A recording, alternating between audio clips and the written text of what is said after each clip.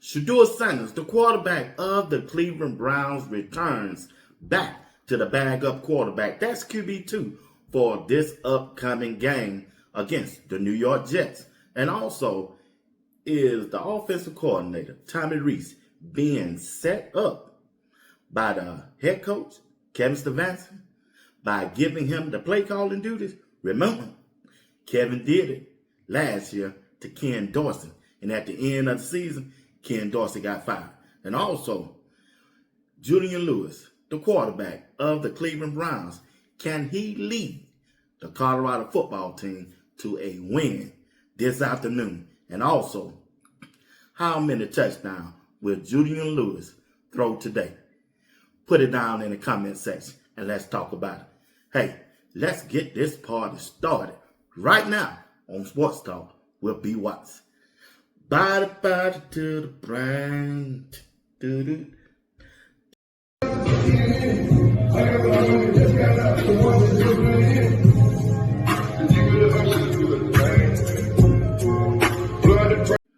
Shedeur Sanders returns as the backup quarterback to Dillon Gabriel on tomorrow against the New York Jets.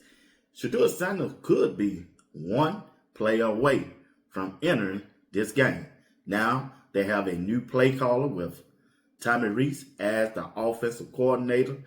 I want to look and see what kind of plays he can dial up for Dillon Gabriel to make him more successful during this game on tomorrow, because up under the head coach, when he was calling the plays, Dillon Gabriel hasn't looked good. Matter of fact, he looking worse. And can he push the ball downfield?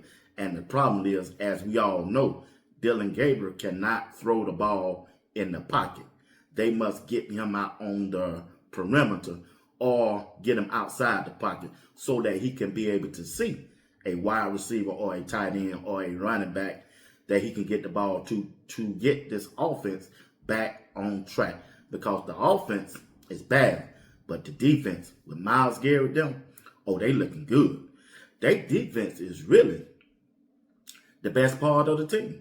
Because if you got a good defense, you can win some games. You just need your offense at least put some drives together and score some touchdowns to give your defense a rest. So how will Tommy Rees, the offensive coordinator, look calling plays for Dillon Gabriel? It's a good possibility that Shedeur Sanders could play in this game. If Dillon Gabriel struggles, which I expect him to do, will Kevin Stefanski, the head coach, make that move to Shedeur Sanders? This could be the game. This could be the game that can change the season around for the Cleveland Browns, but only if Shedeur Sanders is the starting quarterback. Only if Shedeur Sanders get a chance to play in this game and go on starting into next week. Get the whole week of preparation to start against the Baltimore Ravens, the game out. And that's where I believe the Cleveland Browns can change their season. But the question is, hey, is the offensive coordinator being set up? Kevin Stefanski did this same thing last year when the team didn't look good.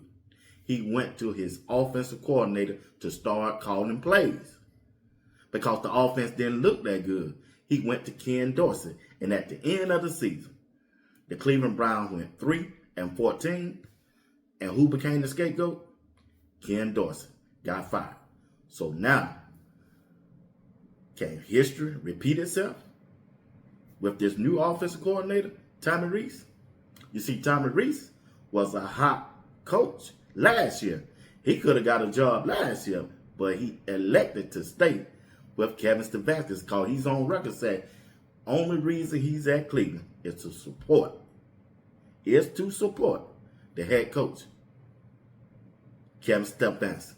Listen to a former Cleveland Brown player telling what he would do if he were Tommy Rees. Here's if I was Tommy Rees and Stefanski came to me right now at this stage of the game in the season and told me that he wanted me to call plays, I would tell him, Coach, you know I'm behind you 100%. I'm on your team, but It's a setup. I just I want you to just go ahead and continue to call. I'm gonna support you any way I can. I don't want to because remember.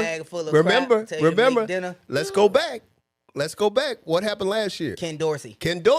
Same thing happened. Where is Ken Dorsey right now?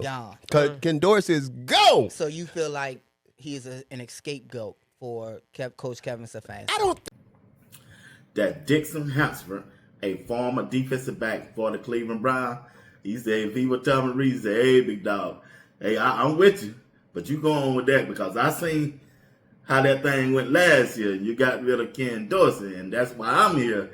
And I was looking at that thing. No, big dog, you ain't finna set me up. I'm just saying, family, it could be a setup. You just don't know. You just don't know when it comes down to Kevin Stefanski because he done lied so much since day one. Kind of hard to trust this dude. It's just kind of hard to trust that dude. But that's my take on that situation. But hey, Shedeur Sunday is still one play away from entering the game on this Sunday against the New York Jets. All right? Hey, got to switch over.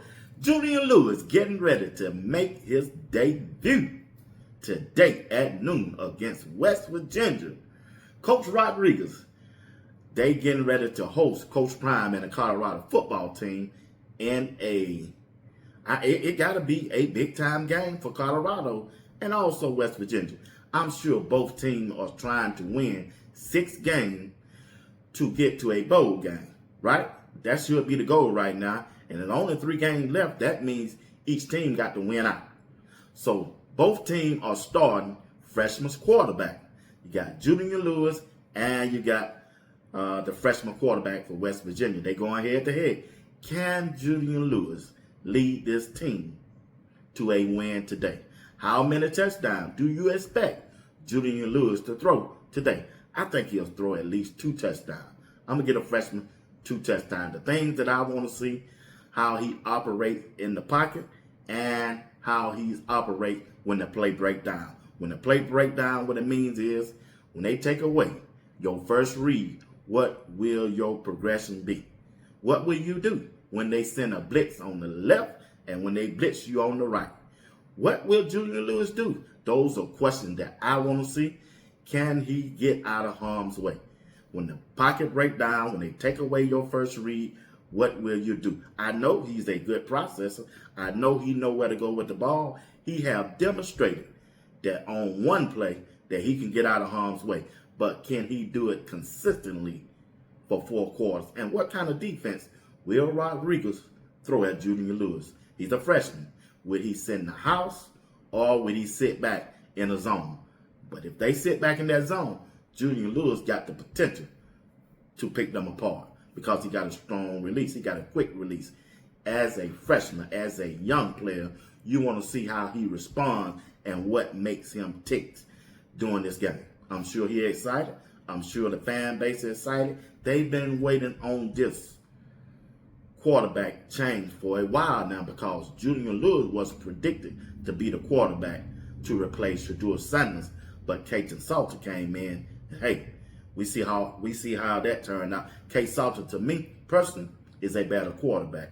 I think he's a NFL talent quarterback. He just came to the wrong team and the wrong staff.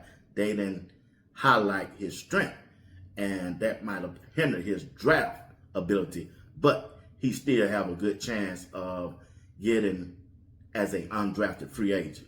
Some team might work him out and just bring him onto the roster. That's going to be his way to get to the league because I don't think he get drafted now because he looked bad and he's not quarterbacking at the end of the season. But now it's Julian Lewis' time to prepare him for the future going forward. So my question is again, what's your expectation of Julian Lewis today?